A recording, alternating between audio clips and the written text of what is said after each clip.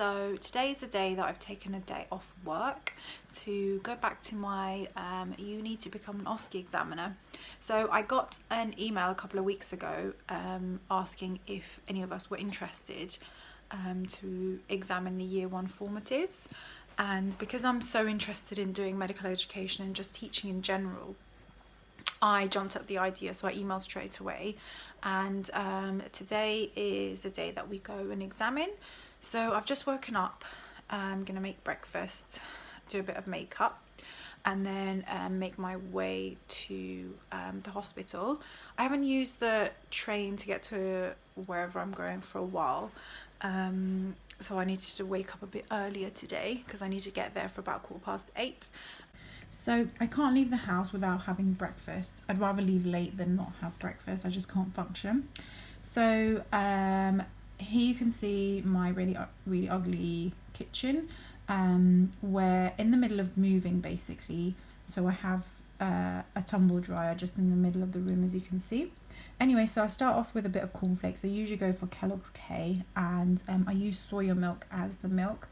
I've not been able to have cow's milk for a couple of years, ever since I've given up dairy. I've been able to eat cheese and basically yogurt since getting back into it, but milk has been one of those things that I just haven't been able to drink. So to make it a bit more filling, I just grab a banana and chop some of that into it as well.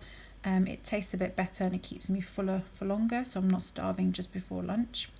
And also a new thing that I've been doing is I usually get about 1 spoon of peanut butter and put that in the cornflakes as well. And whilst I'm eating it, I'll just get a bit of peanut butter, get some cornflakes with a banana on top with a bit of milk, and have that with each mouthful. And 1, it tastes really nice, and 2, I feel like it gives you extra nutrition, you know, the healthy fats. And it just kind of keeps me full for longer, as I said. So if I do need to, I can concentrate a bit longer around lunchtime if I have to go to lunch late. So I move on to doing my makeup. On a normal day, I only do a bit of mascara. I don't really bother with much on my face, just because I'm a bit more careful with that after my acne, which you might have seen on another video. So here I just did a bit of foundation.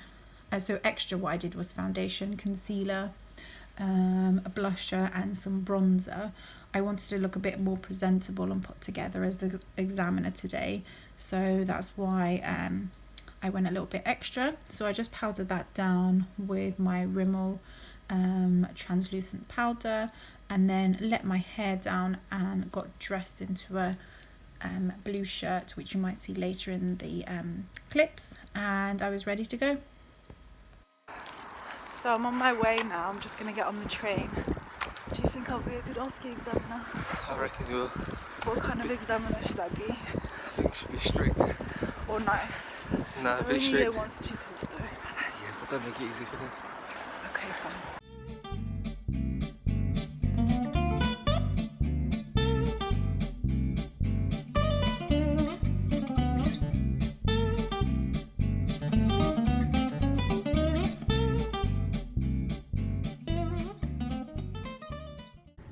So I've just made it in. I'm about 20 minutes early, which I'm happy about because I hate rushing and getting to places late or just on time, but being like knackered. Had to take 3 trains to get here, which reminds me of how it was in medical school, and I didn't miss it one bit, standing on the cold platforms and the rush of everyone and trains being delayed. I mean, I know traffic is bad, but it just really irritates me when trains are delayed. I just don't know why. Anyways, so I'm just going to wait around a little bit until somebody comes and tells me what to do. I think we're going to have a bit of a briefing. I don't know what my station is going to be yet, and then I think the exam starts at 9, so that's in about 45 minutes. So I'll let you know what I do.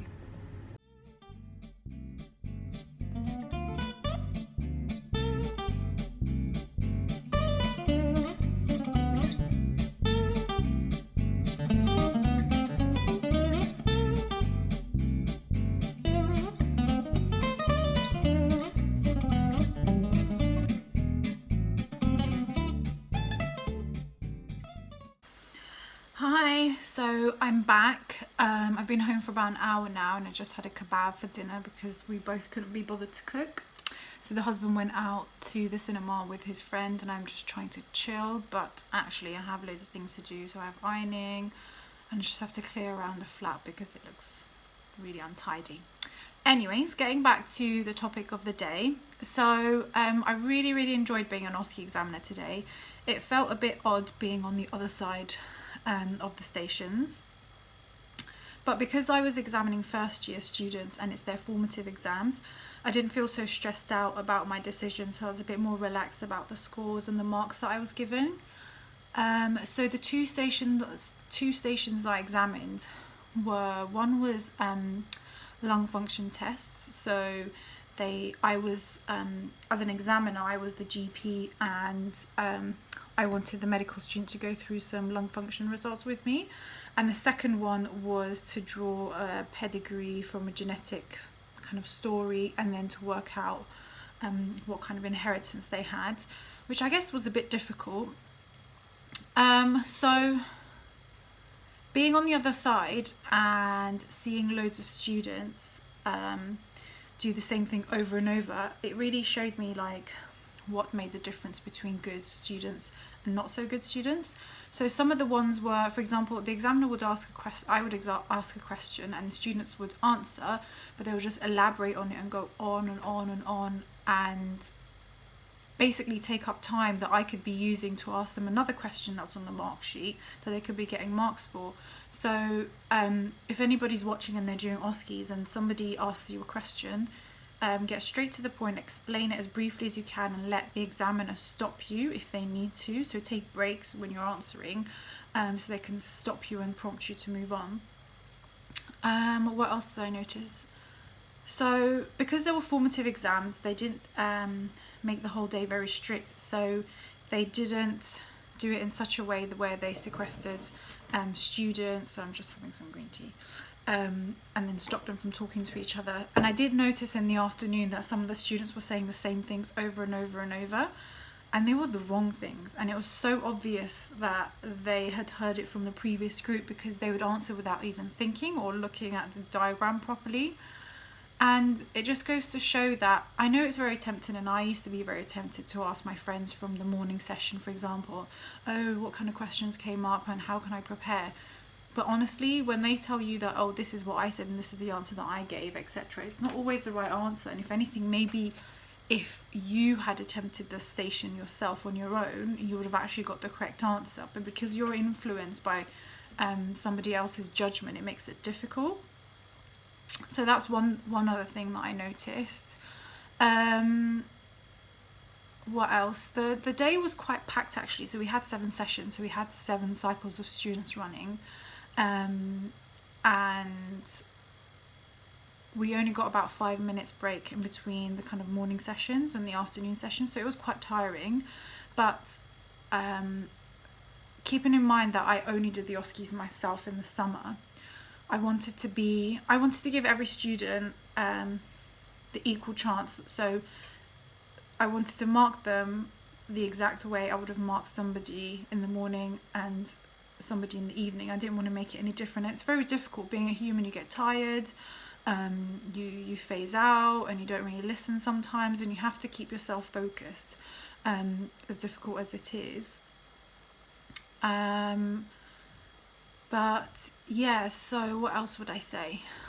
Oh, one thing I noticed with students was that if they started answering the first few questions very well, I was already geared to give them full marks for everything.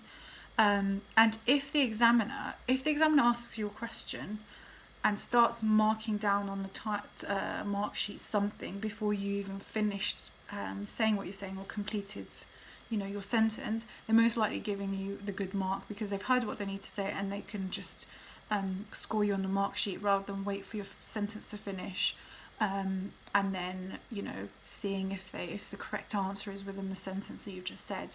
So that's one thing I noticed that I was doing. the poor students, they were really nervous, especially the first guy. He had like these blotches of like red blotches all over his face. He must have been so stressed and anxious, which I would be as well, because I didn't have OSCEs in my first year, and we only had them in second year to only give us a taster of what they would be like, so that when we did it in fourth year we weren't so shocked with the whole system. But now they've made it sooner, so they've made it so that the OSCEs are in the first year and they're formative, but the second year ones are summative.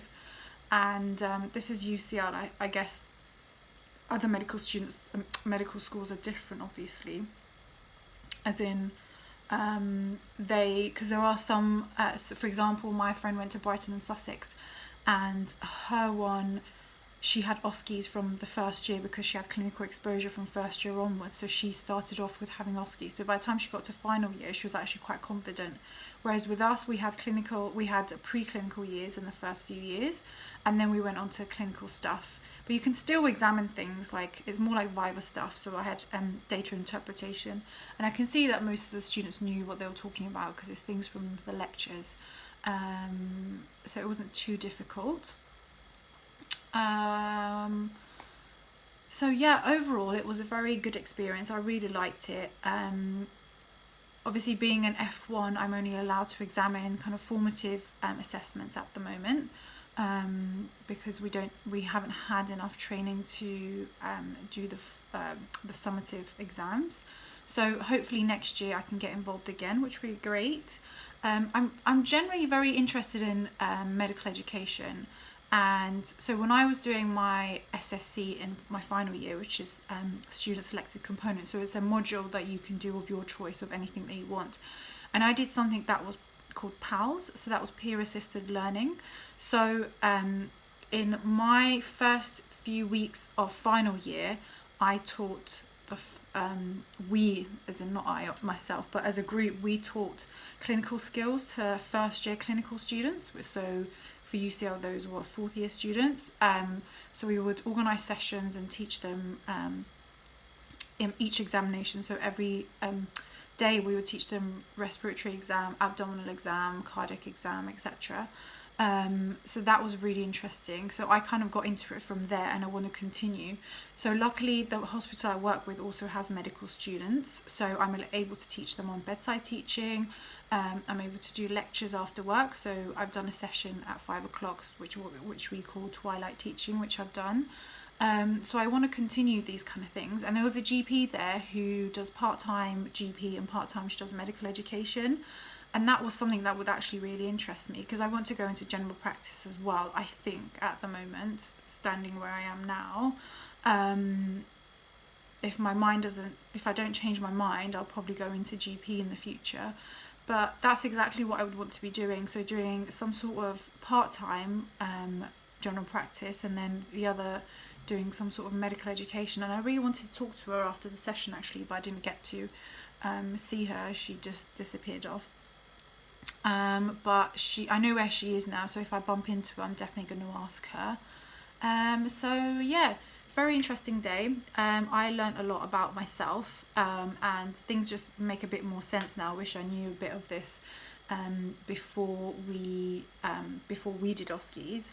But just generally, the whole gist of it was being professional, being polite, being clear, not using jargon, introducing yourself. Those were where most of the marks went, and that's essentially what they're passing you for, because they know that you know your medical knowledge from the written exams that you're sitting. It's your communication skills that they're really assessing in OSCE. So that's something that if anyone's practicing for OSCE should concentrate on.